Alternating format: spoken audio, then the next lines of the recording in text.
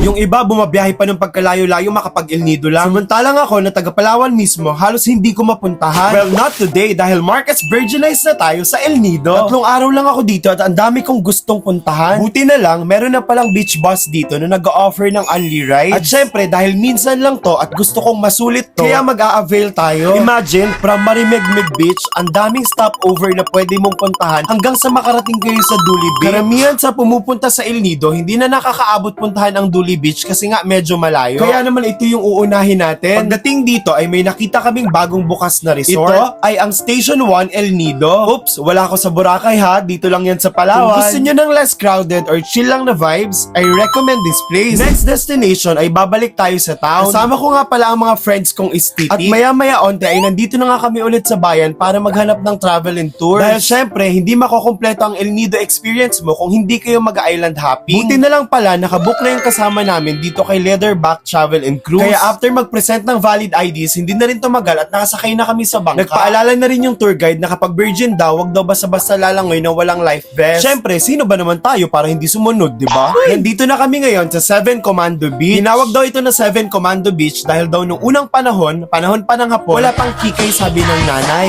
Char, dito daw nagpahinga yung 7 komandong hapon nung panahon ng World War II. Mukhang tama naman yung choice nila. Ang susunod naming pupuntahan ay ang Secret Lagoon. Pero syempre, hindi ko ipapakita sa inyo kasi nga secret, di ba? Secret tapos ipapakita. Try it. Char, kumain nga lang kami saglit at maya-maya onte ay pinasok na nga namin ang Secret Lagoon. Wala namang bago, pagpasok mo sa loob, tao pa rin yung makikita mo.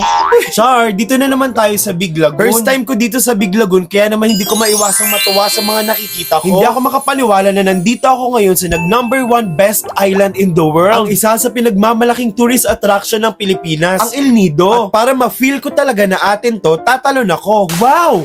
Atin nga! Wow! Okay nga!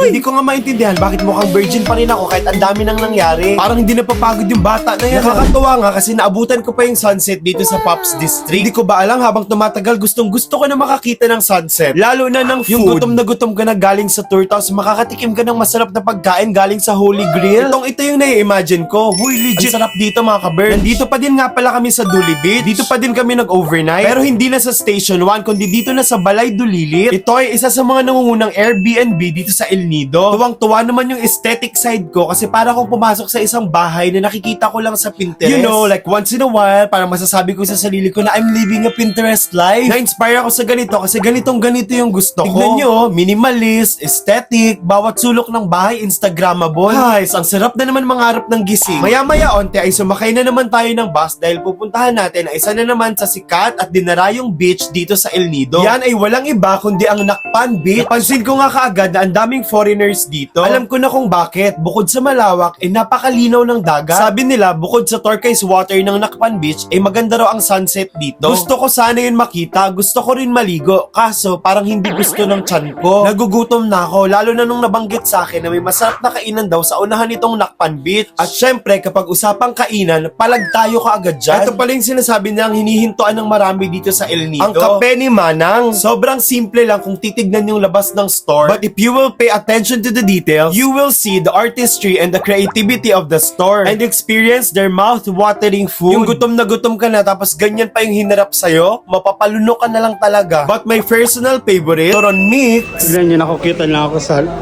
packaging nila ng take-out. Stig.